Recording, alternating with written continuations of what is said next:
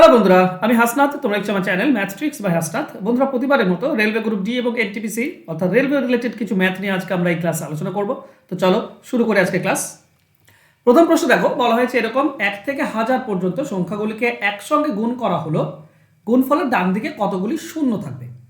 তো মনে রেখো, এখানে 1 থেকে 1000 কেন, 1 থেকে পরপর সংখ্যা যতই তোমাকে দেওয়া হোক না কেন, তুমি শেষ সংখ্যাটিকে ধরবে। শেষ সংখ্যাটা হচ্ছে 1000।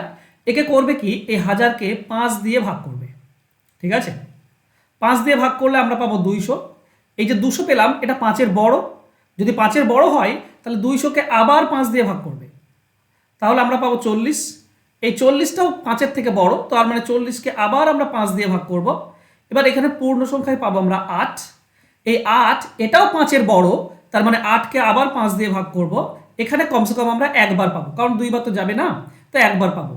এবার এই যে পেলাম ভাগফলগুলো, এগুলো যোগ করলে আমাদের অ্যান্সার হয়ে যায় 200, 240, 248, 249। 249টি ডান দিকে শূন্য পাবো, তো অ্যান্সার হবে অপশন ডি। এবার এখানে 2 বের করার দরকার হয় না, কারণ 2 তো প্রচুর আছে, প্রত্যেকটি জোড় সংখ্যাতে তুমি 2 পাবে, তো 2-এর সংখ্যা অনেক। 5 কতগুলি আছে বের করতে পারলেই আমাদের অ্যান্সার হয়ে যায়।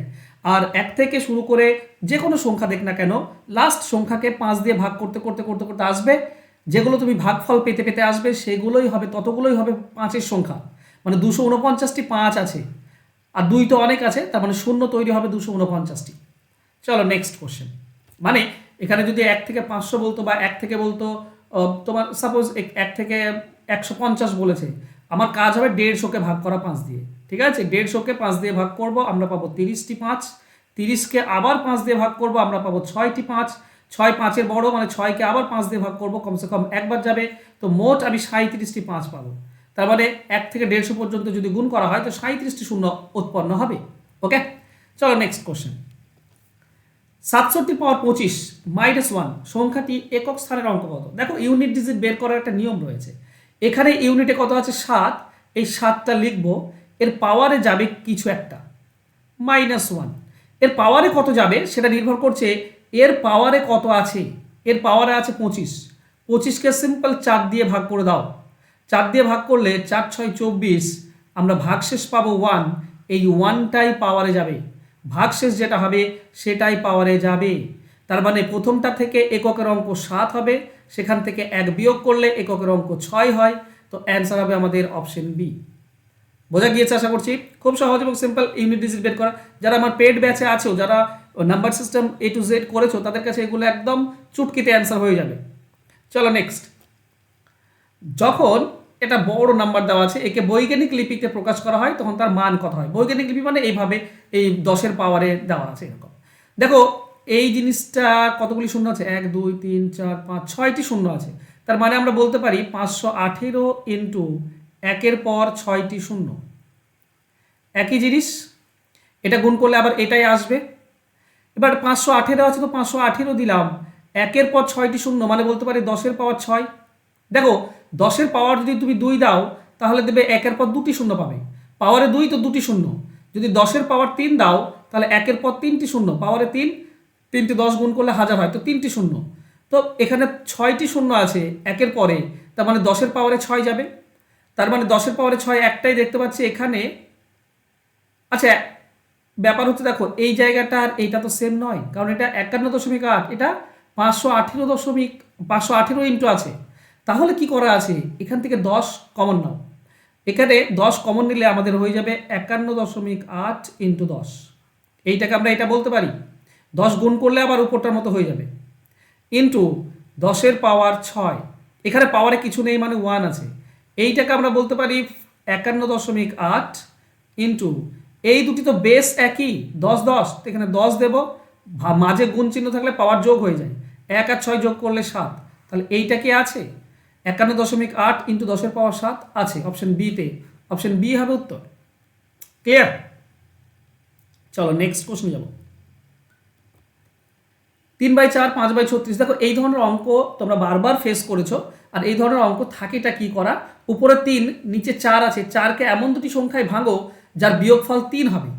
আমরা বলতে পারি কি, 4কে ভাঙতে পারি 1 ইন্টু 4, এই দুটির বিয়োগফল 3, উপরটার সমান, তাই না?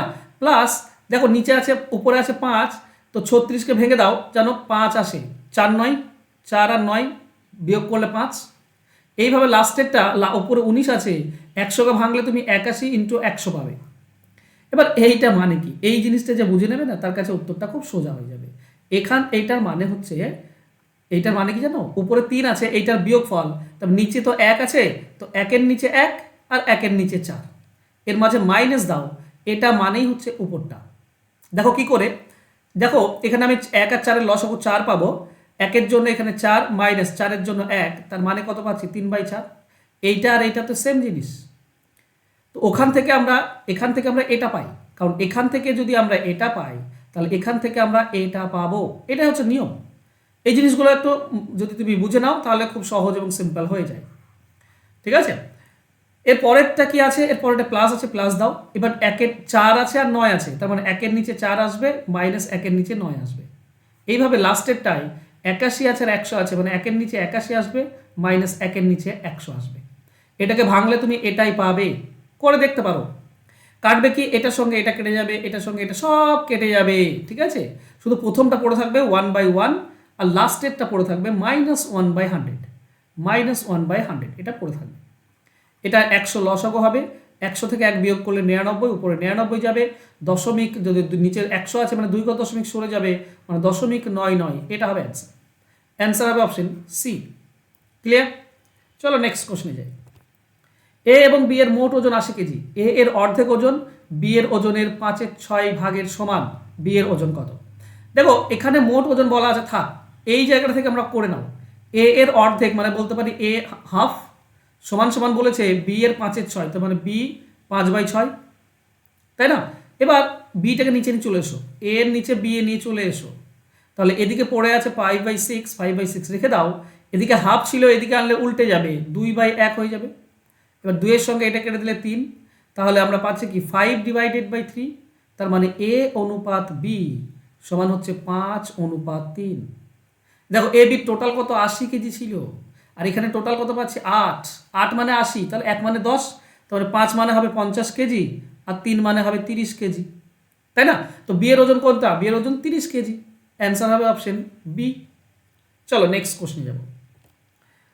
যদি দুটি জিন্স এবং 3টি শার্টের দাম 4000 টাকা হয় এবং 3টি জিন্স এবং 2টি শার্টের দাম 3500 টাকা হয়, তাহলে জিন্সের দাম কত? দেখো কিচ্ছু না বন্ধুরা, দুটি জিন্স দেওয়া আছে, আচ্ছা আমাকে বের করতে বলেছে একটি জিন্সের দাম বলতে বলেছে, মানে শার্ট আমি বাদ দেবো, শার্ট সমান করব, শার্টটাকে সমান করতে হবে, তাহলে কাটা যাবে কি করে, শার্ট আছে 3টি, তাহলে এখানে 2 গুণ করো, 2 গুণ করলে, আর এখানে শার্ট আছে 2টি, তাহলে এদিকে 3 গুণ করতে হবে, তাহলে এটা 2 গুণ করলে 6টি শার্ট, এদিকে 3 গুণ করলে 6টি শার্ট। তাহলে প্রথমটাই আমি 2 গুণ করছি এটাতে প্রথমে, তাহলে 2 2 4টি জিন্স প্লাস 3 2 6টি শার্ট সমান সমান 2 গুণ করলে এটা 8000, এটা 3 গুণ করো, 3 গুণ করলে 3 3 9টি জিন্স প্লাস 3 2 6টি শার্ট সমান সমান 3, এইটার সঙ্গে 3 গুণ করে দাও, তো 9000 আর 1500 10,500। বাস তুমি যদি বিয়োগ করে দাও হবেটা কি, বিয়োগ করে দিলে এই 60 কেটে যাবে, 9 থেকে 4 বাদ দিলে 5টি জিন্স থাকবে, 5টি জিন্স, 10,500 থেকে 8,000 বাদ দিলে 2,500 থাকে, তাহলে এই 5 দিয়ে যদি 2,500 কাটো তাহলে শুধু 500 পাবে, তার মানে একটি জিন্সের দাম হচ্ছে 500, এটাই হচ্ছে উত্তর, অ্যান্সার হবে অপশন এ। সহজ এভাবে করলে। চলো নেক্সট কোশ্চেন। যদি কোনো চৌবাচ্চার 1/3 80 লিটার জলে পূর্ণ হয় তাহলে অর্ধপূর্ণ হতো, অর্ধপূর্ণ থাকলে পরিমাণ কত হবে? দেখো 1/3 মানে কি, 1/3 মানে 3 ভাগের 1 ভাগ, 3 ভাগের 1 ভাগটা হচ্ছে 80 লিটার, 3 ভাগের 1 ভাগটা 80 লিটার, তাহলে 3 ভাগটা কত হবে, 3 ভাগটা হবে 80 ইন্টু 3, তার মানে 240 লিটার, 3 ভাগ মানে পুরোটা, 3 ভাগের মধ্যে 1 ভাগ, 3 ভাগের 1 ভাগ 80, তাহলে পুরোটা কত হবে 240, 3 গুণ 240, আমাকে বলেছে অর্ধেক, তো অর্ধেক তাহলে অর্ধেক করে দাও, ঠিক আছে, অর্ধেক করলে কত হবে 120, অর্ধেক হলে 120 লিটার, অ্যান্সার হবে অপশন বি। চলো নেক্সট কোশ্চেন। কোনো সম্পত্তির 4/5 অংশের মূল্য হচ্ছে 16,800, তাহলে সম্পত্তির 3/7 অংশের মূল্য কত? দেখো 4/5 মানেটা কি, মানে 5 ভাগের মধ্যে 4 ভাগ, 5 ভাগের মধ্যে 4 ভাগের দাম এটা, তাহলে 5 ভাগের দামটা কত হবে, 4 ভাগের দাম যদি 16,800 হয়, তাহলে 1 ভাগের দাম হবে 4 দিয়ে ভাগ, 5 ভাগের দাম হবে 5 দিয়ে গুণ, মানে পুরোটা পেয়ে যাবে। এটা মানে উল্টে যায় অ্যাকচুয়ালি, 16,800 সঙ্গে এটা উল্টো গুণ হয়, 5/4 গুণ করলেই হয়ে যায়, পুরোটা পেয়ে যায়। এটা পুরোটা তুমি যদি কাটাকাটি করো কত পাচ্ছ, 4 4 16, 4 2 8, 2টি শূন্য, তার মানে 4200, তার সঙ্গে 5 গুণ, এটা পুরোটা। আমাকে বলেছে সম্পত্তির 3/7 অংশ কত হবে, 3/7 অংশ মানে 7 ভাগের 3 ভাগ কত হবে, তো 7 ভাগের 3 ভাগ, 7 ভাগের 3 ভাগ দিয়ে গুণ করে দাও 3/7 দিয়ে। আচ্ছা, 7-এর সঙ্গে এটা কাটলে 6, 600, তাহলে এটা হচ্ছে 5 3 15, 15 6 90, তার 2টি শূন্য 9000, অ্যান্সার হবে অপশন এটা, 7 ভাগের 3 ভাগ হবে 9000। ওকে।